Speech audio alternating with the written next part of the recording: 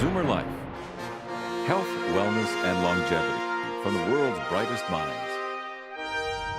I'm sure that somewhere out there is a study on the therapeutic value of humor. And if there isn't, I know we can all report on it anecdotally.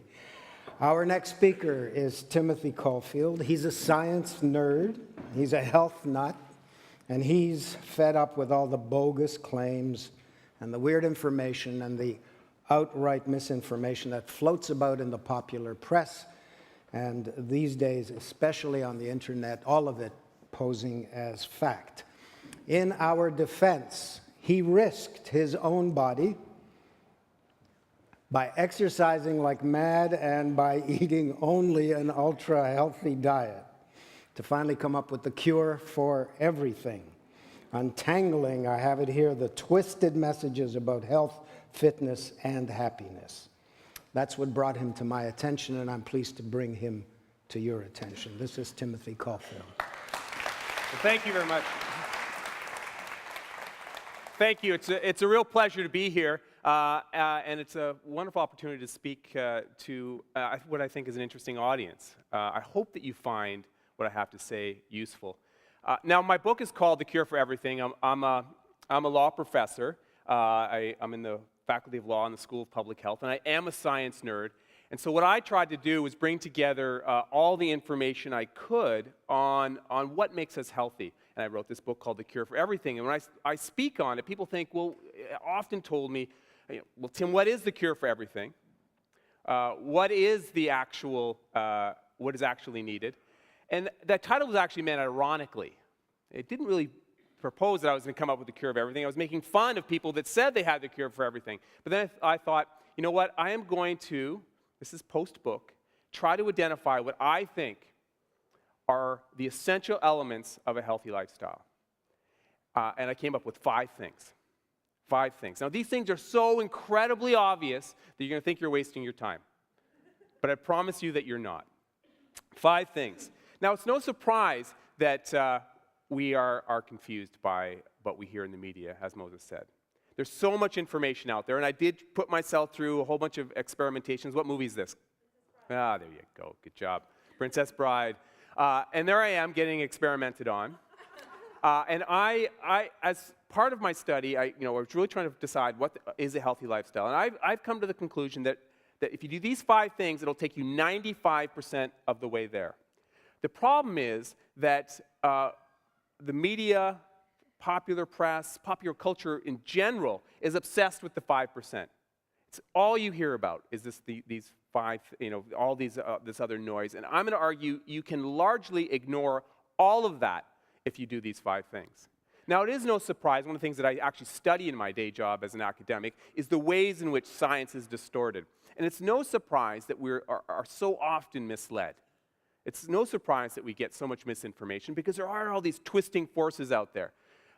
Even at the level of researchers, when the studies leave the lab, research tells us that the information is twisted. This is a very recent study that showed that 40% of abstracts, which are actually written by the academics, have some kind of spin or hype associated with them. It goes from the research to the research institutions, the hospitals, to the universities, right? At that stage, again, another twist occurs. Again, a very recent study just came out last month, found that they defined it as spin. Over half of the press releases from institutions have a spin associated with it, right? So you got this pipeline forming, right? Then it goes to the media. Obviously, some more spin there. And what's very interesting, what often happens is the first study, this is a phenomenon you guys can follow, the first study will get a whole bunch of press, a whole bunch of excitement, but all the negative studies, or all the studies that show it's, you know what, this didn't turn out to be such a breakthrough, don't get much press at all. So you have the media having extra spin, of course. The market, a lot of spin there, don't need to talk about that. And lastly, us, all of us, and this for sure me, we spin it too. We spin it the way we interpret the media. We spin it the way we interpret all the research results. And as a result of that, you have a tremendously confusing message emerging. A couple examples. How many people saw this chocolate story? I love chocolate. I'm a chocolate fanatic. So this was great news for me. This was a study that came out that said that eating chocolate will make you thin. Remember that? Did you guys see that? And I was very, very excited about it. And they referred to real science, real studies, right? And the whole idea is not just that, chocolate's not so bad for you, but they were actually saying that eating chocolate will make you thinner. Wouldn't it be fun to be in that clinical trial, right? So, and in fact, it goes so far to say that chocolate is calorie neutral. It's like eating air, right? Of course, this is absurd. This was an association study, right? And it was good chocolate. Who buys good chocolate, right? More wealthy, educated people. So it's really it's a marker for people that are wealthy and educated, I think. Dr. Oz, God love him. Do you remember this study? Got a huge amount of press. And this was a study that came out that said that if you ate raspberry ketones, they'd zip around your body and burn up the fat, right? Sorry, not true. This is my all-time favorite. Again, a very, very recent one, so it's nice for you guys. Do you remember this study? What great news, right? You can eat chocolate and wine, and you'll be like Gwyneth Paltrow. Drinking wine can help you lose weight. This is a classic example of what I think is a little bit of hype. What was this study on? Does anyone know? Bees. They studied bees. They fed wine to bees. And the bees didn't eat more, so that became a study that if you drink wine, you're good to go. Okay, so it's no surprise that we have all this confusion, and studies have actually shown this. There's a great study that recently came out of the United States that said that Americans find that doing their taxes is easier. They'd rather do their taxes than figure out what to eat and how to stay healthy. I think Canadians would probably say the same thing. So I'm going to tell you what the 5 things are. And again, it's so obvious, you guys, but it's worth repeating. Number 1, and by the way, this is roughly in the order of importance, I think. Number 1, what do you think it is? So obvious. Don't smoke. Obvious, right? But you know what? 17% of Canadians still smoke. And if you lump into that category of people that did smoke or are exposed to smoke, it increases. It's a serious problem, too. Smoking will kill 50% of the people who do it. Very, very serious, right? So smoking, number 1, obvious. Number 2, what do you think number 2 is? Exercise. I heard it. That's right. Exercise. Exercise. And I argue, there's some debate on this, but I argue that intensity is the most important thing. Getting active is fantastic, but if you get active, I argue you need a little bit of intensity. In fact, you can argue that exercise is better for you than almost anything else you can do for your body. I love this quote from England's chief medical officer. Says it easily surpasses the effectiveness of any drug or other medical treatment. So exercise, whether it's walking, you name it, get out there and do it. It's good for so many things, right? It's good for the studies that show it increases your IQ, chronic disease. It's good for sex, memory, mental health, on and on and on, okay? What is it not good for? Losing weight. Did you guys know that? It's a very, very ineffective strategy for weight loss. And this is bad on a number of fronts because that's how it's always marketed, right? You're always told you should work out in order to stay thin, and you're going to fail and not continue to do it. Now, there's a whole bunch of reasons to do it, but don't do it for weight loss. Why is it tough to do it for weight loss? It increases your appetite, right? And also, exercise does not burn as many calories as people think. You have a latte and a muffin, right? That's an hour of hard running. And then the rest of the day, you have to eat less than your body needs. You have to create a calorie deficit. So very, very hard to use exercise as a weight loss technique. But a lot of people don't work out. Most Canadians don't work out. Why? What's the number 1 reason people say they don't work out? Time, right? Time. Studies have shown this over and over again, that people are just so busy, they don't have time to work out. These are studies done both in Canada and the United States. This one done not that long ago in the United States found that only 12% of Americans have time to do things like eat right, exercise. These guys are so busy, they don't have time to floss, right? This is how busy they are. Can't work out. I can't even floss. I'm so busy. Yeah, human beings are very, very busy, but do you believe that? What do people spend most of their time doing? Watching TV, right? The average Canadian watches about 3 hours of TV a day. Mix in their screen time. So yeah, I know everyone's busy. I'm a busy guy. Everyone in this room is busy, but that's a hard to buy that excuse. In addition to that, recent research, even some nice research done right here in Canada, has found out that you can actually get the benefits of exercise relatively quickly. And this is through interval training. You guys heard about this? So short bursts of intense working out. Some studies, and I'm not sure if I totally believe this, but some studies say as little as a couple minutes of intense workout. Now, it's not necessarily fun.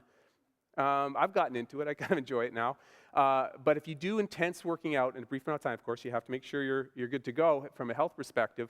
But these short bursts of intensity done over a brief amount of time, you get a lot of bang. Now, the other thing is that I've received a little bit of heat for. Now, I don't know if there's people in the audience that do yoga, part of the yoga army, because I've made the yoga army mad, and I've got some hate mail from the yoga army. In my book, I argue for this, a little bit of intensity, and there are actually a lot of benefits you get from yoga. I'm not saying yoga is not good for you. It's good for your mental health. It's good for some chronic injuries, et cetera, but it's not an effective way to get fit. And I was quoted in the USA Today making this claim, and I got all this pushback.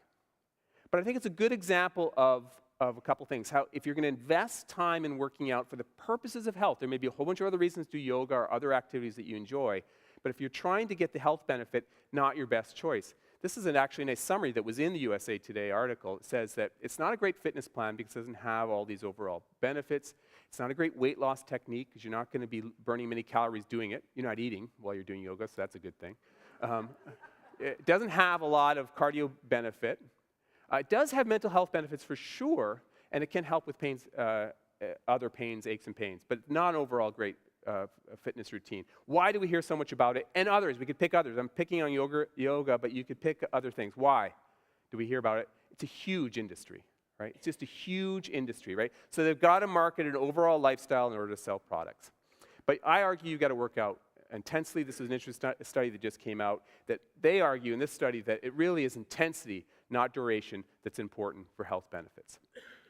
I'm going to skip over that. The other thing I argue in my book, and I think a lot of studies back this up, is we should all be doing a lot more resistance training, especially as you get older. Resistance training, very, very important. So for my number two, it's interval training and resistance training is what I would focus on. Okay, number three. What's number three? Again, really obvious. Oh, sleeping's a good one. Eating, right? Eating well. Eat real food. People have said this over and over again. It's so true. Now, I argue, and people can dispute this, but I think a shortcut to this is you try to eat 50% of what goes in your mouth is a real fruit or vegetable, right? Whole grains, lean proteins, low-fat, dairy, and that's it, you guys. There is no magic. Focus on the fruits and vegetables. For me, I find that makes a huge difference, because if you just focus on that, so many other things take care of themselves. In fact, this recent study just came out that said eating fruits and vegetables make you happy. People who eat fruits and vegetables actually are happier and have a higher wellness index. The other thing, part of this, of course, is avoid the junk. Avoid the junk. Isn't that sad? Sad ad. Avoid the junk. There's a whole bunch of reasons to avoid, and you know what junk is, right? You guys know what it is, junk food. And to be honest with you, there isn't a lot of room on your plate for junk. If you're eating the right amount of calories, there isn't a lot of room on your plate for junk, right? And don't believe any superfood story. We love bacon, so the Caulfield family was very excited about this news that bacon was good for you. It's the new superfood. It's not the new superfood. It's horrible for you, unfortunately. I'm sorry. Anytime you see an article that talks about superfood, ignore it. It's not true. Okay, what's number four? And this is the toughest, I think. Weight management. Very, very tough in today's age. But it is important. Here's one of the reasons it's so tough is that we do a terrible job estimating the number of calories that we need to eat and how many we do eat. We underestimate the amount of calories in food by 100%. If you see something and you think it's 400 calories, it's 800 calories. Even experts make this mistake.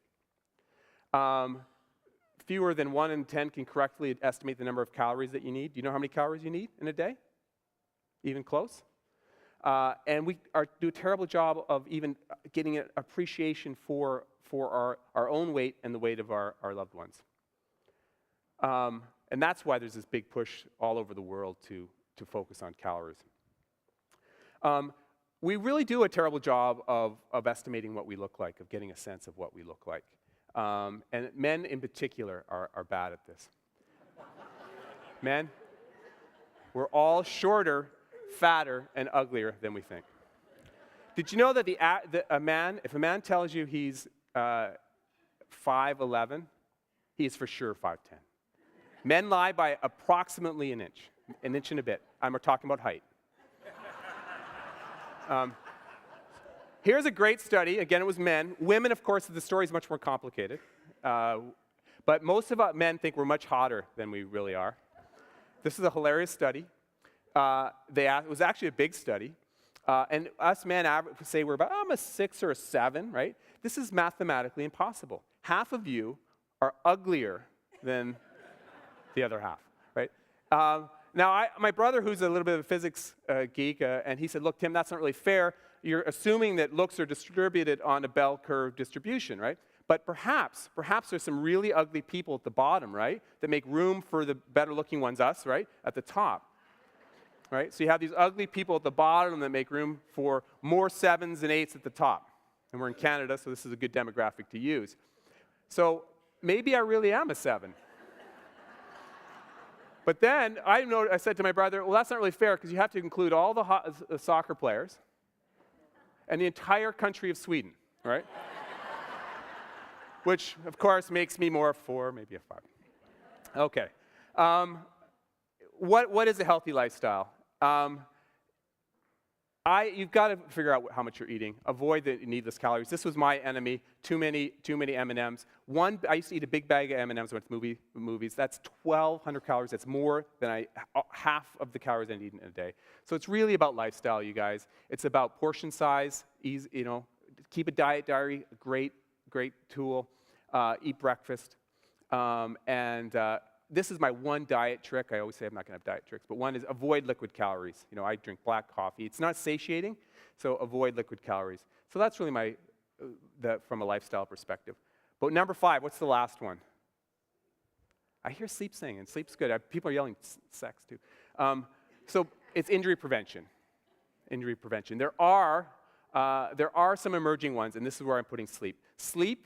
Getting good sleep, studies are showing this over and over again is worthwhile, and also stand more often. There's some interesting studies that show that we sit too much, and you're going to be sitting a lot today, but standing throughout the day seems to be also very, very important. So these are emerging ones that might nudge into my top 5 for sure, but I'm sticking with the top 5 for now. The other one is if you're going to pick a diet, it might be the Mediterranean diet. There's increasing evidence that that's beneficial too. But really, you guys, it's about lifestyle. 95% of all the health benefits you're going to get are about not smoking, eating well, eating lots of fruits and vegetables, weight training, as I said, injury prevention. Ignore all this other stuff. The evidence says don't worry about, from a nutrition perspective, don't worry about organic food. Don't worry about supplements. Don't worry about all the gimmicks out there that you hear about fitness again and again and again. Just focus on those, and you're going to be good to go. Now, I have more to say, but I know I'm over time already, and timing is very important for a day like today. I don't want you to miss anything at all. So I'm going to end with this slide, which really is a nice summation, and say thank you very much, and I hope you have a great day. Tim. Moses. Thank you. Thank you. My pleasure. Even though you crushed some of my favorite excuses here, I love Tim's attitude, and I can hardly wait until he opens up a deli, because he sure cuts through the bologna. How old are you? I'm going to be 49 in just a couple weeks. So you are a former or current Masters champion in sprint cycling? Well, I'm provincial champion this year, and I was the World Masters champion. That's right, in Masters Games. Yeah. You're my ideal. You're what I want to be like. Thank you very much. Thank you.